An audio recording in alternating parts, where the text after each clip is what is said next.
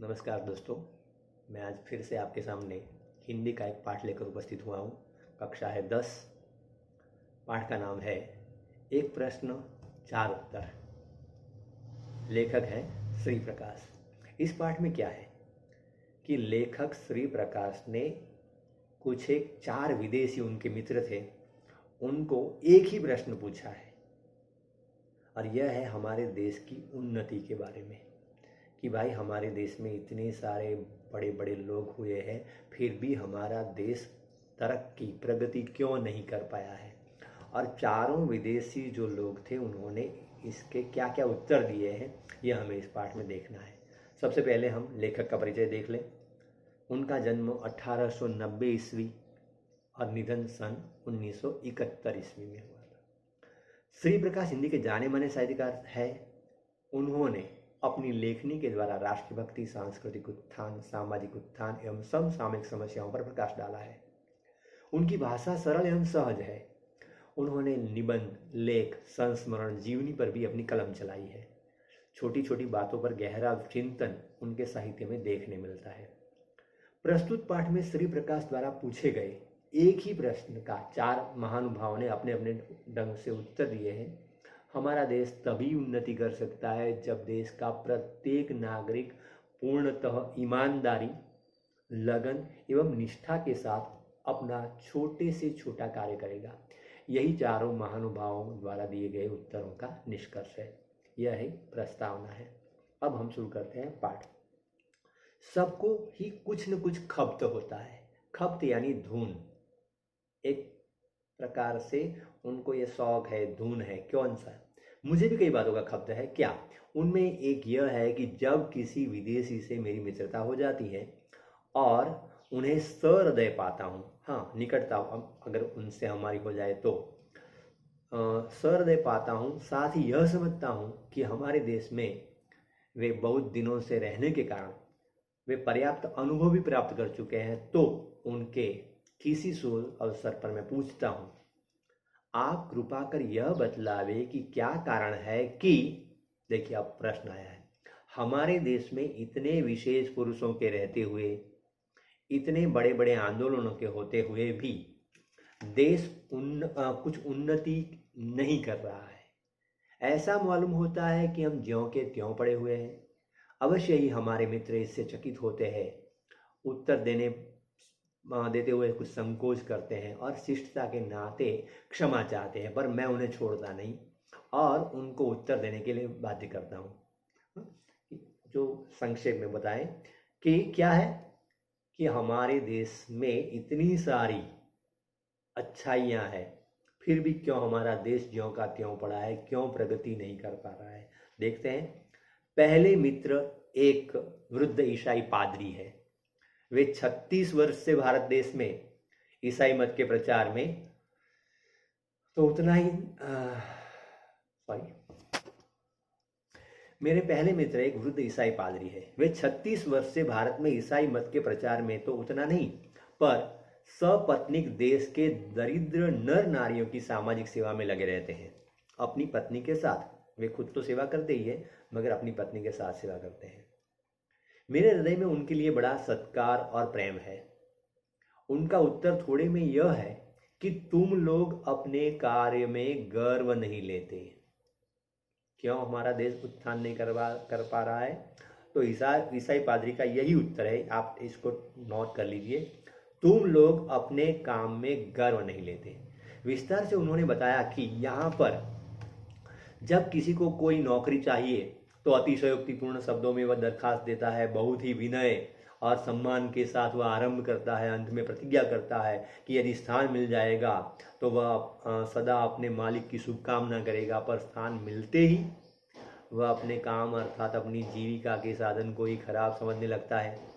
अन्य साथियों से मिलकर काम खराब करने के लिए षड्यंत्र रचने लगता है और मालिक की नाक को दम कर डालता है। और देशों में भी लोग नौकरी की दरखास्त देते हैं, वे साधारण शब्दों में प्रार्थना पत्र लिखते हैं और जब स्थान मिल जाता है तो इस तरह काम करते हैं जैसे संसार की गति उन्हीं पर निर्भर करती है, और यदि वे काम छोड़ दें तो संसार डूब जाए, ऐसे तन्मय होकर अपना जो भी कार्य मिला है उसको करते हैं। मतलब उनका क्या कहना है कि हमारे देश की परिस्थिति यह है कि लोग यह समझते हैं अपने जो भी काम मिला है उसमें गर्व नहीं करते हैं, नहीं ये तो ठीक है काम, ऐसा हम समझते हैं। हाँ, तनख्वाह ले लेते हैं मगर अपने काम में गर्व नहीं लेते ही, ये ईसाई पादरी का कहना है। बात इस पादरी मित्र ने बहुत ठीक कही, हमें अपने काम का गर्व नहीं है। दुख तो इसका है कि मुल्क की परंपरा में अपना काम का गर्व करने का आदेश है। जाति भेद इसी पर निर्भर करता है। एक जाति का आदमी दूसरी जाति के आदमी द्वारा अपना मान मर्यादा नहीं चाहता, वह अपनी जाति वालों के बीच अपना उपयुक्त पद और स्थान चाहता है। यह अपनी जीविका के साधनों का बड़ा आदर सत्कार करता है। बढ़ई अपने औजारों की और दुकानदार अपनी बहियों की निश्चित तिथियों पर पूजा करता है। वही लेखनी पर लंबी दास्ता के कारण हम अपनी परंपरा को भूल गए हैं। हम अपना काम छोड़कर दूसरों का काम उठाते हैं, एक काम छोड़कर दूसरा काम लेते रहते हैं। हम अपनी असफलता का दोष दूसरों को देते हैं, स्वयं दुखी रहते हैं, दूसरों को भी दुखी करते हैं। कोई काम ठीक न कर सकने के कारण अपने को खराब करते हैं और काम को भी खराब करते रहते हैं। स्वधर्म निधन श्रेय, बड़ा बड़ा बड़ा उपयोगी वाक्य है। स्वधर्म निधन श्रेय, अपना धर्म या कर्तव्य करते हुए मर जाना श्रेयस्कर है। यह आदेश हम भूल गए हैं, हम अपने काम में गर्व नहीं लेते। यह बात हुई ईसाई पादरी की कि हम अपने काम में गर्व नहीं लेते। यही है हमारे देश की उन्नति न होने का कारण। दूसरा मित्र, एक प्रश्न 4 उत्तर। पहला उत्तर हमने देख लिया, हम अपने काम में गर्व नहीं लेते।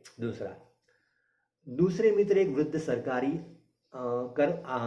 कर्मचारी ICS, अभी IAS के सदस्य है।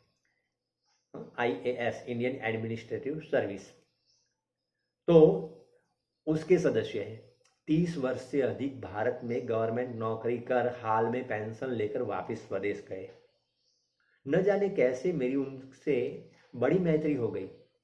वही सवाल मैंने उनके सामने पेश किया। उत्तर मिला, तुम लोग जिम्मेदारी नहीं समझते। पहला बोल रहा था ईसाई पादरी, तुम लोग अपने काम में गर्व नहीं लेते। ये बोल रहे हैं तुम लोग जिम्मेदारी नहीं समझते, बेजिम्मेदार हो, बेजवाबदार हो।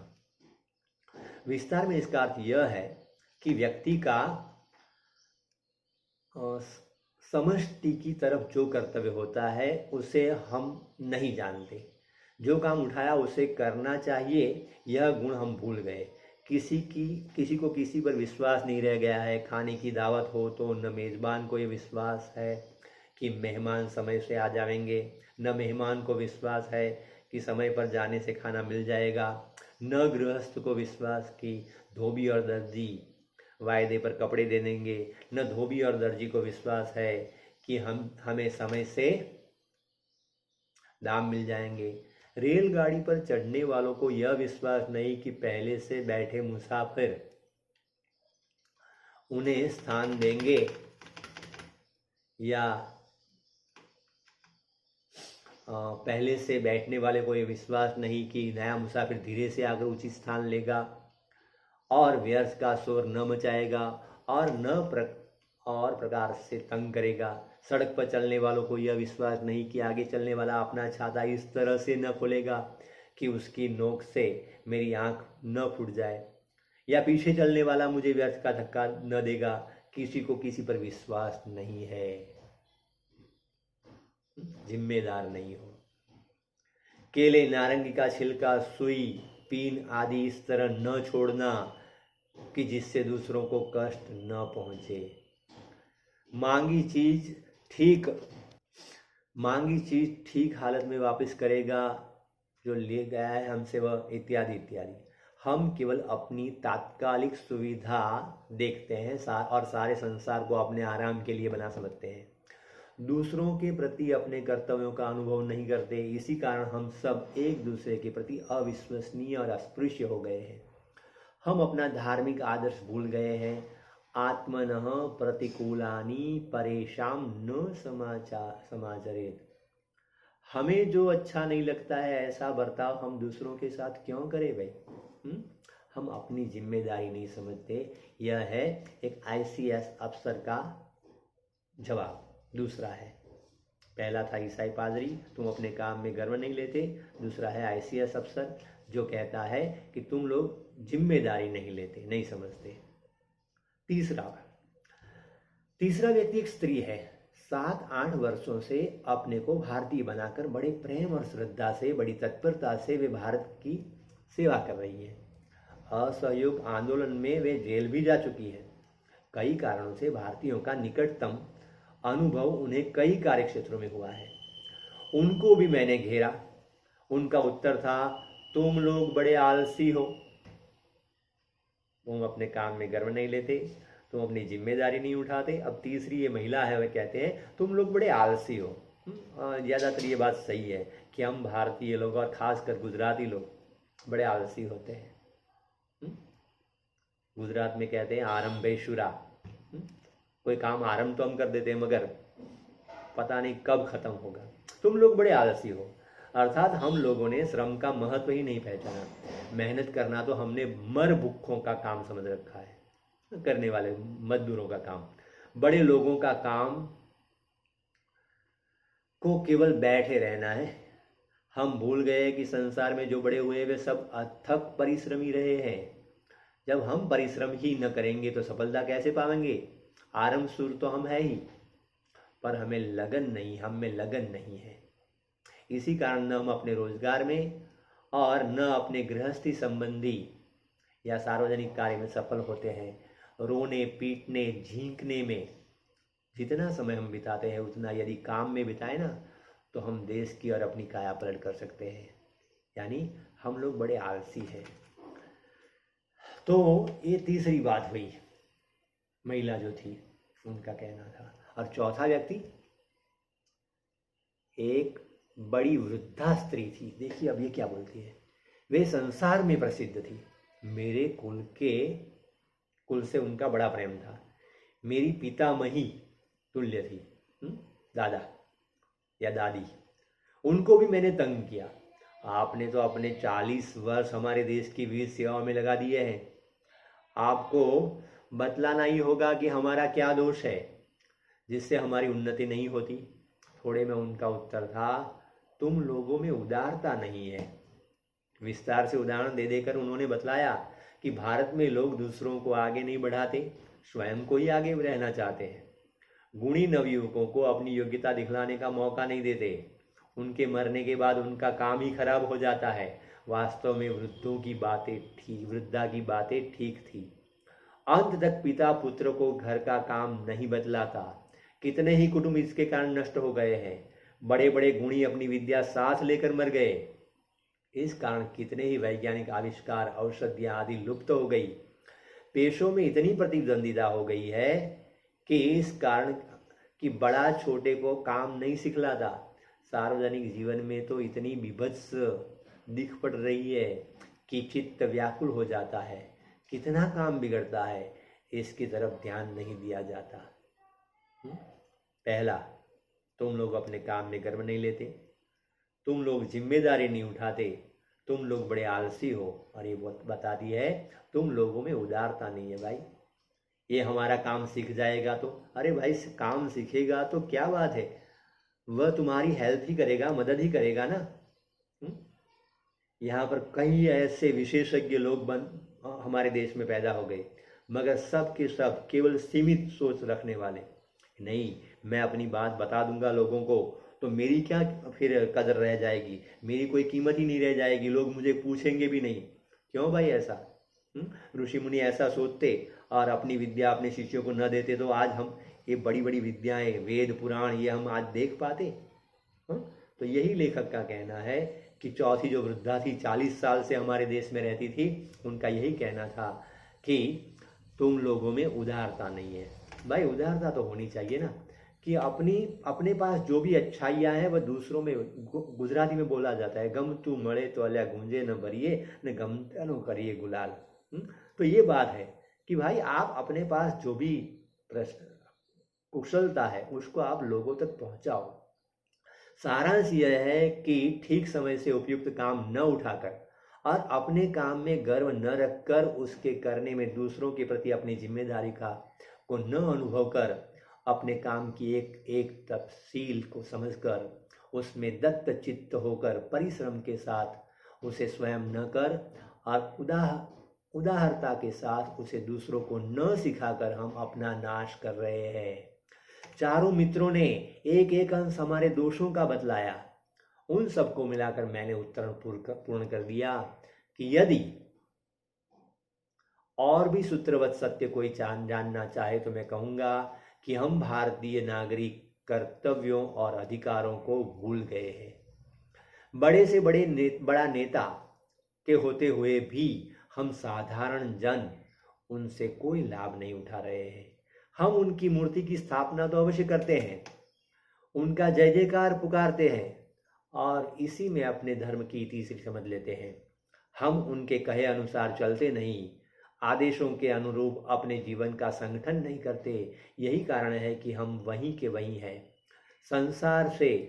संसार तो वेग से चला जा रहा है, हम तटस्थ है, सामने सब कुछ है। जो आकर हमारा काम कर दे, दूसरा क्या कर सकता है? जब हम खुद कुछ नहीं करना चाहते, यदि हम ख्याल रखें कि देशभक्ति केवल व्याख्यान देने में नहीं किंतु ठीक तरह से काम न करने में है, यदि हम यह अनुभव कर सके कि हम कर्तव्य ठीक प्रकार से करते रहे, तो हम किसी भी देश भक्त से कम नहीं हैं। और बहुत से बड़े लोग हैं जो इस नाम से प्रसिद्ध किए गए हैं। यदि भी हमारा कार्यक्षेत्र संकुचित ही क्यों न हो, हम केवल धोबी, दर्जी, किसान, मजदूर, दुकानदार, पहरेदार, गांव के शिक्षक ही क्यों न हो, तो हमारा देश एकदम जाग उठेगा। उसके एक एक अंग में जान आ जाएगी। हमारे व्यक्तिगत जीवन के संगठित होते ही हमारा सारा देश और मनुष्य समाज स्वतः संगठित हो जाएगा। देश को केवल उपयुक्त नागरिकों की आवश्यकता है, किसी दूसरे प्रकार के मनुष्य या वस्तु की नहीं है। लेखक यही बताना चाहते हैं कि अगर हमारे देश को अगर बड़ा बनाना है, देश को आगे ले जाना है, तो हमारे अंदर जो कमियां हैं, जो इन चार महानुभावों ने बताई कि तुम्हें अपने काम में गर्व नहीं होता है, तुम जिम्मेदारी नहीं उठाते, तुम आलसी हो और तुम में उदारता नहीं है, ये चार बातें अगर आप अपने जीवन से दूर कर दोगे, आपको जो भी काम मिला है बड़े गर्व से करो ना भाई। ये जो काम मैं इसी काम के लिए मेरा जन्म हुआ है, ऐसी बात रखो आप। हाँ, तो ये सारी बातें आप उदार रहो यार। आपके पास जो भी विशेषता है वह लोगों तक पहुंचाइए आप।